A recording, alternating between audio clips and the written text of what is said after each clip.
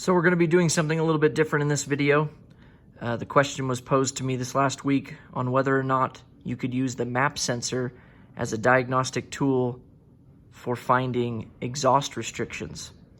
And we had the perfect candidate in our shop this week. It was a 2000 Honda Accord that had a plugged catalytic converter. It would not rev over 2,500 RPM, and it wouldn't drive faster than 30 miles an hour. So we went ahead and tapped into our map sensor signal wire, and we're looking at that waveform here. So this is before we replaced the cat.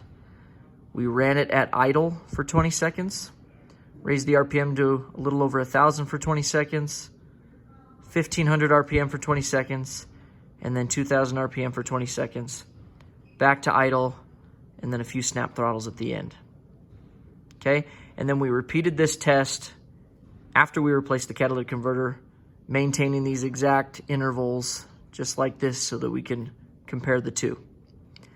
So before we can compare them, what we're going to do is we're going to turn this waveform into a reference waveform. So you go up here to Tools, hit Reference Waveform, and you can see we've already created one right here using the color magenta.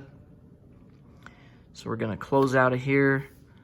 We're going to close this waveform, and we're going to open up the waveform that we took after we replaced the cat. And when you see what this looks like compared to the last one, you'll already be able to tell there's a definite difference. It's almost a straight line on the map sensor signal on this particular one versus the one we just looked at. So we're going to go back up to Tools. We're going to turn on that reference waveform,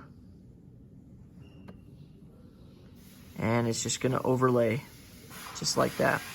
So you can see that as we steadily increase our RPM, that the pressure in the manifold just kind of increases, which shows us exactly what we would expect. As that exhaust pressure tries to escape and there's nowhere to go, it just works its way back into the engine, which gradually raises the pressure in the intake manifold, which is evident right here on our map sensor. So could you diagnose plugged or restricted exhaust using the map sensor? I would definitely say yes.